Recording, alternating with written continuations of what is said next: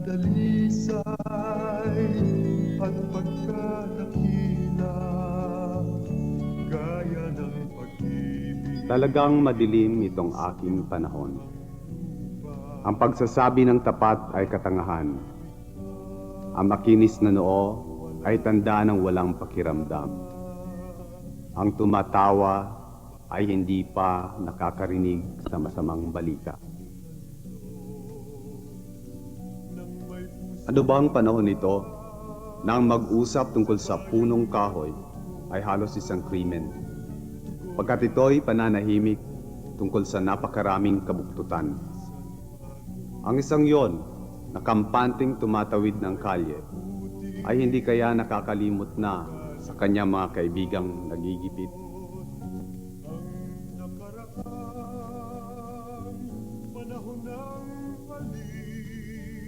Totoo, kumikita pa rin ako. Pero maniwala kayo, aksidente lang ito. Wala akong ginagawa na nagbibigay sa akin ng karapatang magpakabusog. Nagkataon lang na hindi ako ginalaw. Pag-ubos na ang swerte ko, lagot ako. Sabi nila, kumain at uminom, pasalamat at meron. Pero paano ako makakakain at makakainom kung ang pagkain ko'y inagaw sa nagugutom at ang tubig ko'y pag-aari ng namamatay sa uhaw? Pero kumakain ako at umiinom. Gusto ko ring maging matalino. Sa mga lumang libro, mababasa kung ano ang katalinuhan. Ang umiwas sa gulo ng mundo at mamuhay sa maikling panahon ng walang pangamba. Huwag maging marahas, gantihan ng kabutihan ang kasamaan, maging manhid sa mga pagnanasa. Yan ay tinuturing na katalinuhan. Lahat ng ito'y hindi ko magagawa. Talagang madilim itong aking panahon. Action!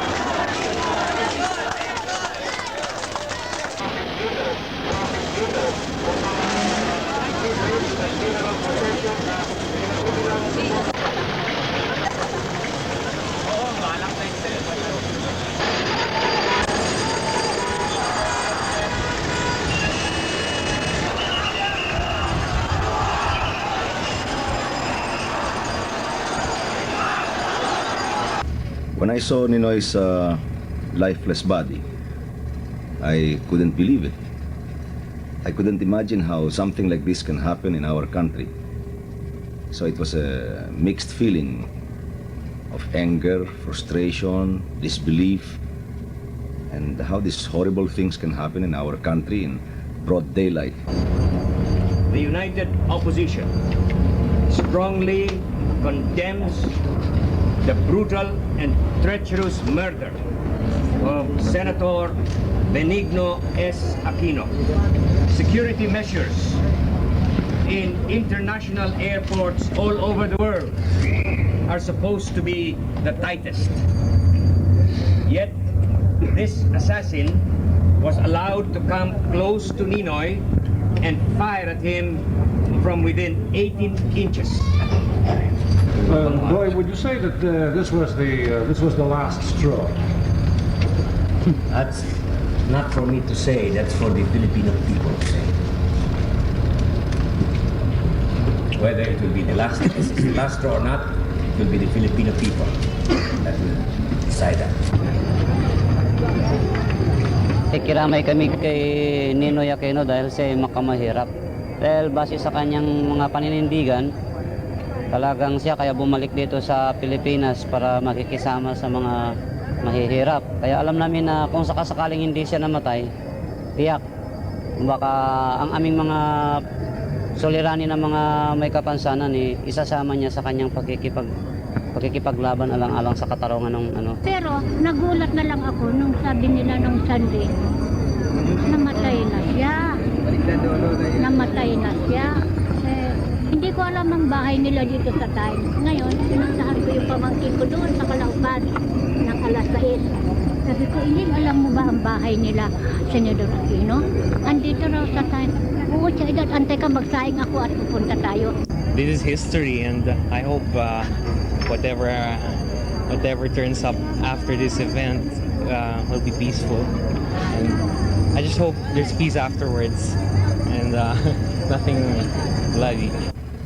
And I must confess, I didn't understand the extent of what this government can do. I didn't even know what salvaging meant until somebody told me he was salvaged. I think they're trying to deliver a message that if they can do it to Ninoy, they can do it to anybody. Tumindig ka, bundok ay pagmasdan. Dumating ako sa lungsod sa panahon ng kaguluhan, ng lagana pang gutom. Naratnan ko ang mga tao sa panahon ng himagsikan at naghimagsik akong kasama nila. Sa gayon, lumipas ang panahong kaloob sa akin sa daigdig. Pumunta si Marcos sa mga taong simbahan at nagmakaawa na siya rin ay tulungan i-legalize ang bagay na ito. Ang sagot ng taong simbahan, alis dyan!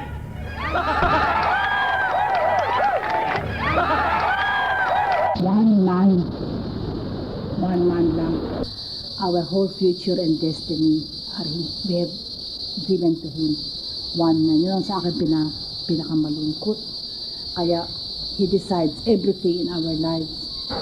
And he can decide our life and death. So it presumes that he knows everything, that he is already God. And all of us are bobo.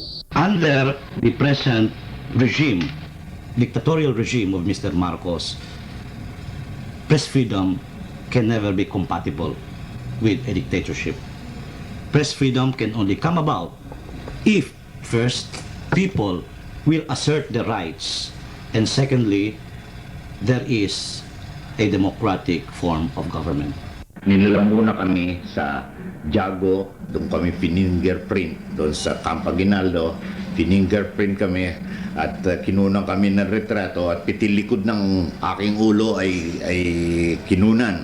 At maraming tinatanong sa amin kung sino-sino ang mga lolo namin, kung saan kami nakatira in the last 20 years, yung mga ganun tanong. Tapos dinala naman kami sa Camp Panopio sapagkat ang iba sa amin ay doon i-examinin ng mga doktor na militar. Sa kahuli-hulihan, mga mag-aalas 10 o alas 11, dinala na kami sa Camp Aguinaldo at doon pala kami ikukulong sa tinatawag na Maximum Security Unit. Pag kayo ay lumaban sa gobyerno, may karapatan man kayo, may katwiran man kayo o hindi, sa maraming militar, yan ay labag na sa batas. Yan po ang kahirapan sa kasalukuyan. Ang batas ay hindi masyadong masama. Ang masama ho ay ang pagkaintindi ng mga militar at ng pulis sa kahulugan ng batas. Kasi ang pagkaintindi nila ay hindi ang tunay na sinasabi ng batas.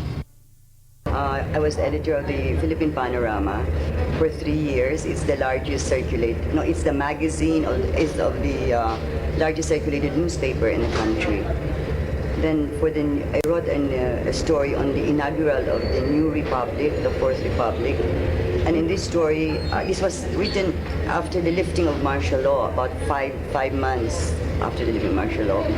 And in the article, I would say that the thrust of the article was really to help President Marcos, to tell him what I perceive to be true today, and that I wanted him now that he had the mandate of the people. I was even granting him that he had won the elections fair and square, that he would have to get rid of his cronies, and that certain reforms like that, plus the elections, the conduct of elections. Menzi fired me. I wasn't for suicide. He fired me. And he fired me very nicely and very gently, but he fired me. Insane priority of values. Doon kami sa Liberisa. Sa tabi namin nandun ang Manila Palace ng White Elephant. Tapos doon sa amin, wala kaming tubig. Wala kaming kasilyas. Wala kaming sewer. So where's the priority of values? Tapos nakabakod pa kami para hindi kami makita ng tourist. At 3,500 families, basta na lang namamatay kasi walang gamot, walang pagkain. Walang kumakain na 3 beses isang araw. 2 times a day, once a day, or once every 2 days. Kaya the priority is all wrong. Tapos to make it worse, all the propaganda about the city of Man, nakakasuka. It's a lot of baloney.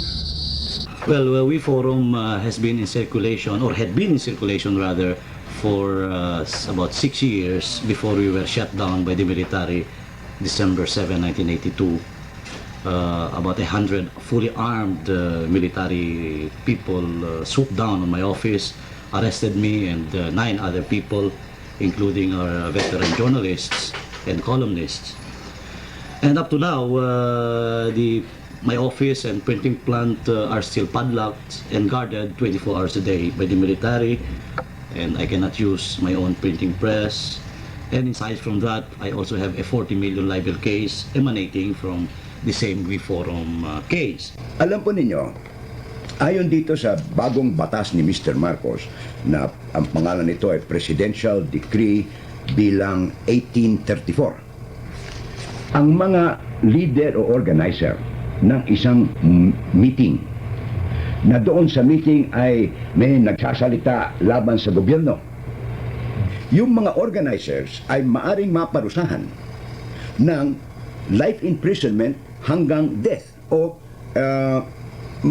maaring mapiit habang buhay o maaring mabitay.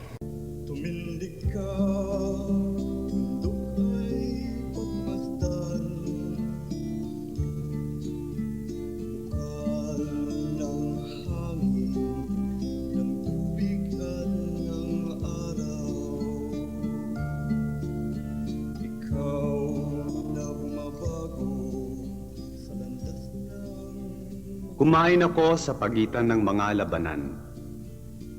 Natulog ako sa pagitan ng mga mamamatay tao. Ang pag-ibig ay binaliwala ko, at ang kalikasan ay hindi ko pinagtiyagaan. Sa gayon, lumipas ang panahong kaloob sa akin sa daigdig.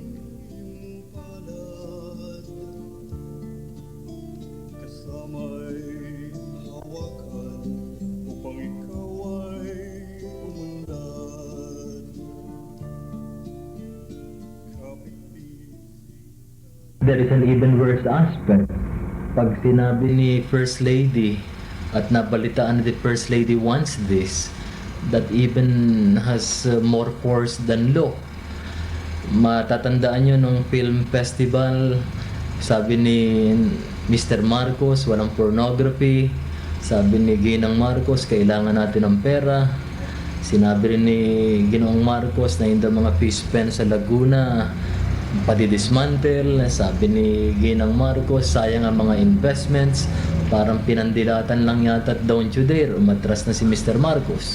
Gaya ko rin yata takot sa asawa. So being the first lady, what is true, what is good, and what is beautiful. And that means no slums, don't show poverty, don't show misery, don't show the problems of the country. Kailangan ipakita yung mga magagandang bagay because that is part of nation building. Kasangkapan ang mga guro sapagkat inuutusan ito sa pamamagitan ng mga patakaran na nanggagaling sa MEX na magpalaganap ng mga baluktot na kaisipan, no? Upang sa ganon takpan ang katotohanan hinggil sa kahirapan ng tao sa ating lipunan. Takpan din ang katotohanan hinggil sa karahasan na nangyayari, no? Ang mismong pagkakait ng mga demokratikong karapatan ng mga mamamayan. Kung kami bang mga manggagawa ay hindi naaapi sa kamay ng mga kapitalista at sa ating lipunang ginagalawan, bakit kami magagalit? Bakit kami magwawala? Sinasabi nilang subversibo kami at napapasukan na ng subversibo ang mga manggagawa. Mapapasukan ba ng subversibo ang mga manggagawa kung maligayang talaga ang mga manggagawa sa kanilang kalagayan? Magwewelga ka, pero kailangan na huwag mong harangin yung management, ipasok o ilabas yung mga produkto. Kaya namin, bakit nagwewelga ka? Nagwewelga ka upang ipahinto mo yung operations. Ang batasi ka, palabasin mo, papasukin mo. Anong klaseng welga yan? Para lang kaming nakikitang bubog. Itindi din yung pakikirap at paninindigan mo. Ay, ang mga bagay na yan sinusupil ng kapamahalaan sa pamagitan ng restrictions ng mga batas na sinasabi ko ngayon. Bawat loans ng World Bank na binibigay sa Pilipinas, bago magbigay ng loans ito, maraming mga kondisyon. Halimbawa, ang isang kondisyon, babanggitin ko yung devaluation of the peso, continuing devaluation of the peso, increasing taxation, to provide a counterpart fund dun sa mga loans, no? Kailangan may local counterpart fund. Ngayon, isa pa rito, sinasabi na kailangan ng gobyerno magkaroon ng cutbacks sa expenditure nito. Pag ginawa ng gobyerno ito, usually ang cutbacks nito nasa social services. Pag social services ang pinag-uusapan, edukasyon ito. Pag edukasyon ang pinag-uusapan, sahod ng mga guro. Nang ako yung mag-umpisang mag-practice ng aking profesyon, ang abogasya, we were really proud to be lawyers. We respected fiscals and judges, and all one had to do was to know the law, not the judge. Today the reverse is true. No one or very few seem to respect judges and fiscals. Ako ay kasapi ng Mabini, isang grupo ng manananggol na itinayo namin noong Hulyo 1980. Ito rin ay Movement of Attorneys for Brotherhood, Integrity, and Nationalism, Inc. o manananggol ng bayang inaapi o manananggol ng bayang iniinis. Ang tanong kung bakit kami ay nagdidepend daw ng tinatawag na subversibo ay komunista, bilang manananggol, aming kinikilala na lahat ay may karapatan sa ilalim ng batas. Hindi ibig sabihin na kung sinabi ng militar na si Juan ay subversibo, pwede na lang salvagin, pwede nang torturin, because we are supposed to be a constitutional democracy, a Christian compassionate society. Hindi namin tinitingnan na komunista yan o SOCDEM yan, kundi kapwa-tao. We realize that we need to have an information campaign, an education campaign to, I suppose, to raise that level of consciousness ng mga artistang ito. The latest rally na we're very happy about and we're very proud of is yung nangyari nga sa recently sa against Katigbak mismo at saka against 868, asking for the repeal of 868. This is very important sapagkat ang nagrally ay industriya, mga manggagawa, mga small people ng pelikulang Pilipino.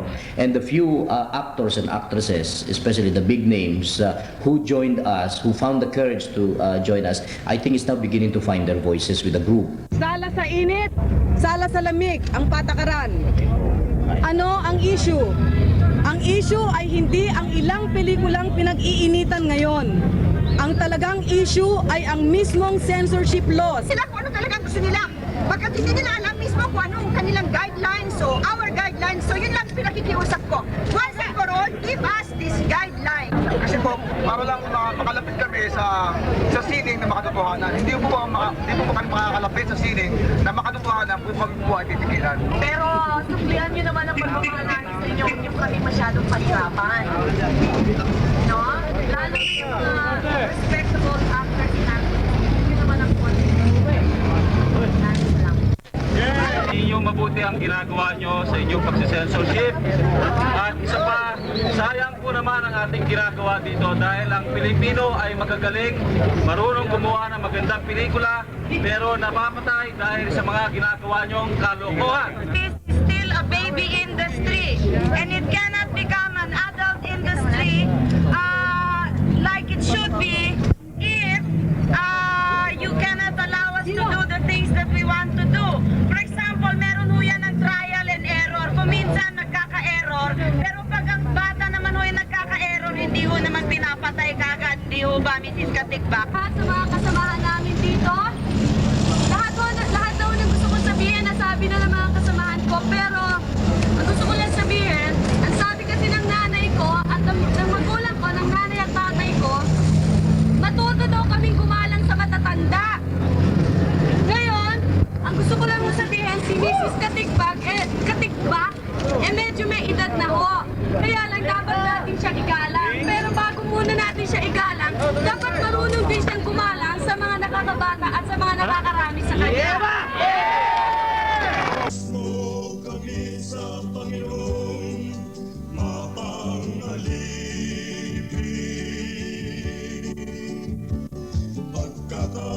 Mga kalyey patungong Kumunoy noong aking panahon. Isinuplong ako sa berdugo ng aking pananalita. Wala akong gaanong magawa. Pero ang mga nagahari ay mapapanatag kung wala ako. Inasahan ko yan. Sa gayon, lumipas ang panahong kaloob sa akin sa daigdig.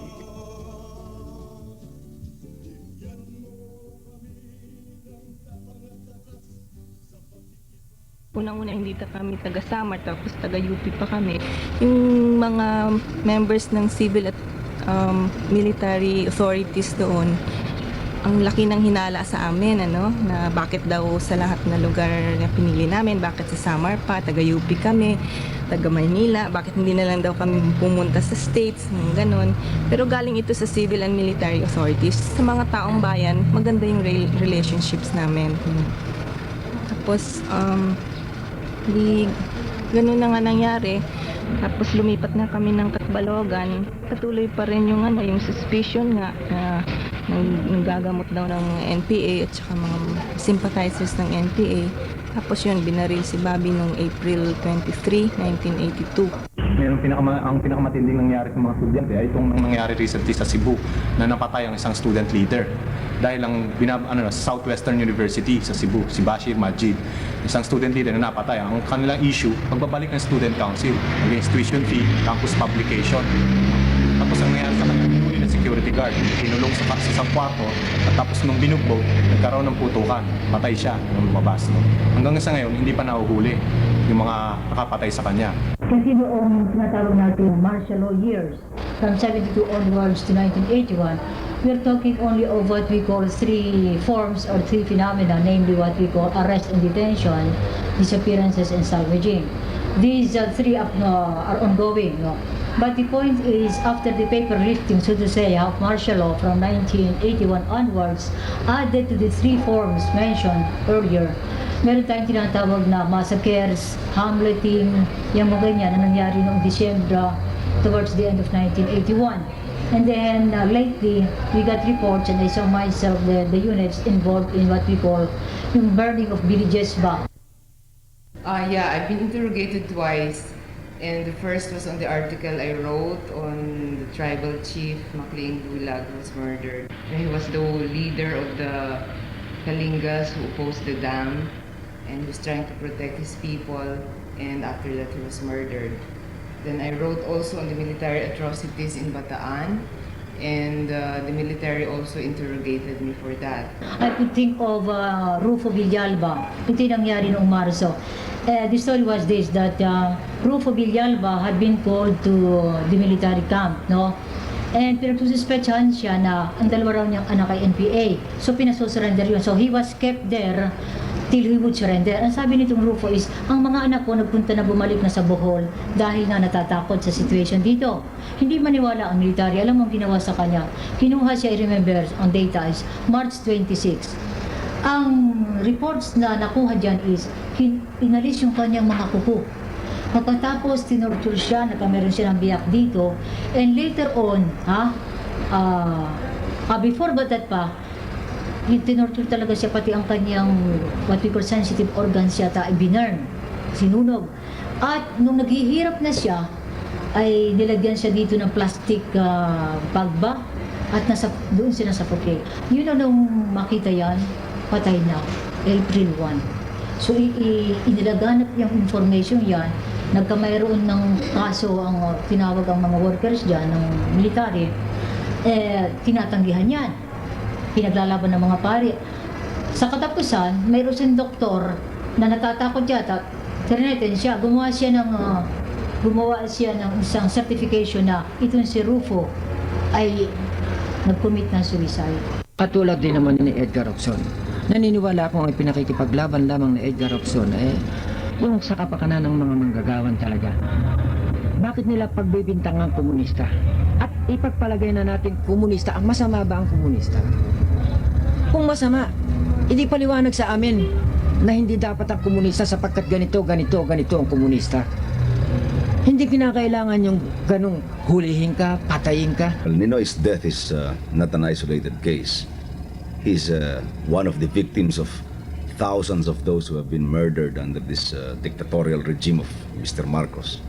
It is now very clear to me that this government will resort to anything to perpetuate itself in power.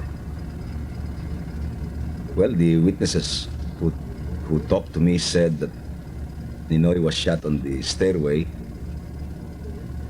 and not by the alleged assassin, according to the government's version. I have arrived at this conclusion. It was not Galman. Number 2, binaril si Ninoy sa hagdanan pa. At pangatlo, mukhang yung mga sumundo sa kanya o yung escort ang pumatay kay Ninoy. There's a saying in the South like this, the political prisoners and the human rights issues or violations, they mean money, position, and power for the military. Oh, it's terrible. Kulang ang lakas. Ang patutunguhan ay malayong malayo. Malinaw na natatanaw, pero malamang na hindi ko mararating. Sa gayon, lumipas ang panahong kaloob sa akin sa daigdig. We have been spending more than what we are earning, and so we have this economic crisis. And number 2, we would say that there is also a political crisis because of the fact that we have no stable government. What I mean is we don't know who would succeed in case something happens to the president. Well, if our present leaders are not in a position to lead, then they must resign. There's really no alternative. That's the only way you can restore the confidence of the Filipino people in their national leadership. And only when that confidence is restored can we even begin to rebuild this country. At the moment, we're still drifting. We're still going from bad to worse. And we won't even begin to rebuild until that confidence is restored. I think that's a crucial issue that has to be settled. So I gave him a proposal, the objective of national reconciliation, the basis, the rationale, and the mechanics. Of course, if he does not accept it, then we cannot do anything. But at least you cannot say that we have never done our best to help him. And I think this is one way of trying to show to him that we are concerned about the national situation. The business community in particular, let's focus on that. has lost its confidence in the national leadership. The national leadership has lost its credibility, in my opinion. Now, this has not happened overnight. This has happened over the last 11 years. Over the last 11 years, because government, and in particular the cronies who are close to government, have assumed a much larger role in the economy than they had in the past, and in the process have enjoyed special privileges, which has made it very difficult for the ordinary Filipino businessman to compete against these people. What has resulted is that the Filipino businessman has lost his self-confidence to start with. He has lost his confidence in his ability to compete with those whom he now has to compete, meaning the government and cronies. He has lost his confidence in government as well, because government has not been fair to him, has not been honest, has not been credible.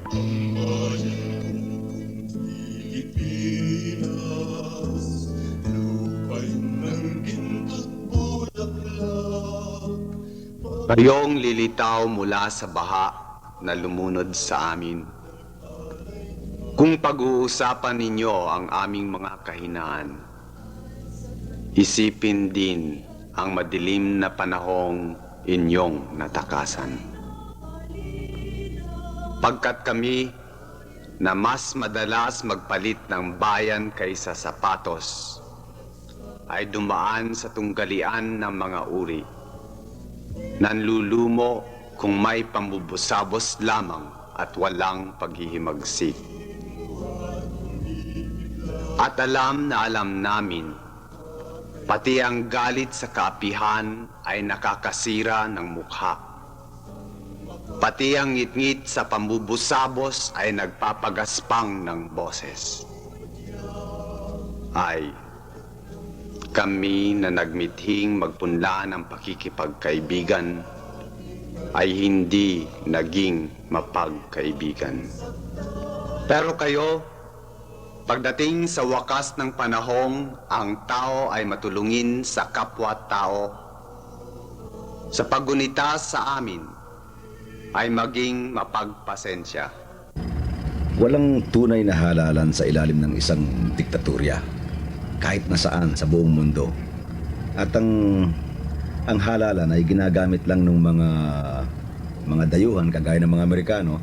Ginagamit yan para magkaroon ng balat kayo ng demokrasya at saka kalayaan.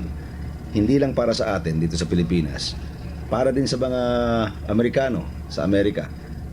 Para magkaroon sila ng dahilan kung bakit sinusuportahan ito, ay meron namang demokrasya daw dito, kaya pinipilit lang magkaroon ng halalan. Pero ang katotohanan, gusto nilang manatili yung umiiral ngayon, yung kanilang puppet kung tawagin. Kaya itong si Marcos na ito, pinipilit niya magkaroon ng halalan, maski dinaya na tayo, para tuloy-tuloy ang pautang sa kanya ng mga dayuhan. At economically, sabi nga nila, mas madaling suportahan ng isang tao lang, one-man rule, kaysa sa isang tunay na demokrasya. Alam niyo, nung makausap ko si Ninoy Aquino last year, he was telling me na in a sense, martial law was a blessing, in the sense that it made us realize the value of the freedoms we used to enjoy but took for granted. Anything that goes against the wishes of Mr. Marcos is subversive. Kahit ang galing mo magaling, subversive. Alam mo, sabi sa akin, isang taga-tandag, sister, ang sabi sa amin is, kaya kami subversive, nagbabasa ng Bible. So, ang Bible ang source of subversion, according to the military. Kahit na kami naman, kahit na yung mga national leaders na tumatayong student, natatakot din at natatakot, no? Na lagi may threat ng hulihan, bugbog, at kung minsan salvage at patayan pa, no? Kaya lang the problem din kung lagi na lang kami natatakot, wala nang mangyayari, no? Kahit na nakaupo ka, pinapatay yung mapapatay ka rin. Yung nangyayaring violence dito sa labas, kahit na kumikilos ka o meron kang ginagawang protesta, mas matindi kung wala kang ginagawa, no? Ang sa palagay ko, kung hindi tayong lahat ay magbubugkos-bugkos para hingin na itong press freedom ay ibalik, ay walang mangyayari. Kaya nasa sa ating kamay yan. Simple lang naman ang kinakailangan dito Maging matatag ka lamang sa paninindigan. Makilala mo ano ba ang karapatan talaga ng mga manggagawa. Ano ba ang tungkulin ng mga manggagawa. Unang-una na mamulat sa isang pagkakaisa tungo sa ikapagtatagumpay ng layunin ng ating bansa. The government wants to silence the journalists. They don't want the truth to come out. But we have to keep on writing. As long as there are stories crying to be written, I think we will continue to write. The blood of the victims is crying out for justice. Sa ganung paraan, napapangibabawan ko yung takot kasi parang sa isip ko, kung hindi tayo kikilos ngayon, di sino pang kikilos para sa atin. Kung hindi ngayon, kailan pa? Kaya kailangan kumilos na ngayon ang bayan. Gumamit ng lahat ng mga pamaraan na hindi madugo, mga pamamaraan na tahimik. Ngunit kailangan din ipaalam sa gobyerno at sa mga dayuhan na kung hindi sila makikinig sa kagustuhan ng bayan, tayo mga Pilipino ay handang sumunod sa halimbawa ng ating mga ninuno at kung kakailanganin ay magpadaloy ng dugo. Kung talagang every peaceful means has been tried, tsaka wala ng recourse, at yun ang tunay na desisyon ng mga tao, hindi sila may utos sa iba, sasama kami.